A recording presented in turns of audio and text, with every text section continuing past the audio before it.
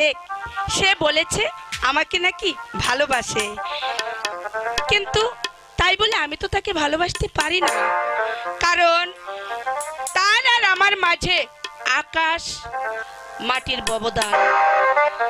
আমি সাধারণ এক গরিবের মেয়ে, মনটা যদি খোলা যেত সিন্ধুকেরই মতো দেখাইতে পারিতাম তারে ভালোবাসি কত।